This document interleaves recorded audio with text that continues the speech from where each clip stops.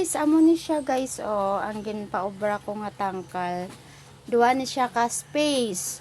Sa dere, bali masagod kami para na yun. Tapos sa dere para siya patining guys. Amon nga gwapuhon nga manog obra guys, pisan-pisan guys.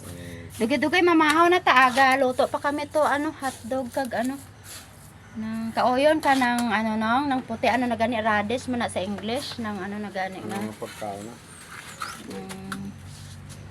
Paborito gina ni mama sambuhi pa siya kay ano ko no healthy. Ano puti man? Radish man na sa English. No. Ano na siya gani sa Ilonggo? Gina-slice lang ba nang daw kilaw lang na siya no nga gibutangan ka. Rabano so butangan kamatis. At namin na.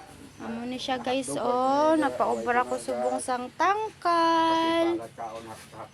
Duwa ni siya ka space guys, lapad na ni siya guys oh. Labanos kag hotdog to kag may pinaksyo man to nga isda.